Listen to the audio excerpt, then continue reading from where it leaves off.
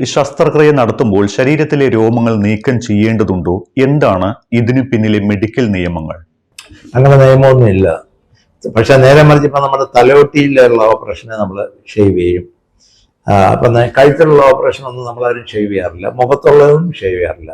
നേരെ മറിച്ച് ലിപ്പ് മേളത്തെ ഇപ്പം മീശ വെക്കുന്ന ഒരു വ്യക്തിയെ സംബന്ധിച്ചിടത്തോളം ഈ ഈ ഈ ലിപ്പിനുള്ള സർജറി ആണെങ്കിൽ ഷേവ് ചെയ്തേ പറ്റൂ, അല്ലെങ്കിൽ താടിയിലുള്ള സർജറി ആണെങ്കിൽ. പക്ഷെ അകത്ത് മൂക്കിനകത്തോ വായിക്കകത്തോ ചെയ്യുന്ന ഒരു സർജറിക്ക് ഒരിക്കലും അത് ഷേവ് ചെയ്യേണ്ട കാര്യമൊന്നുമില്ല.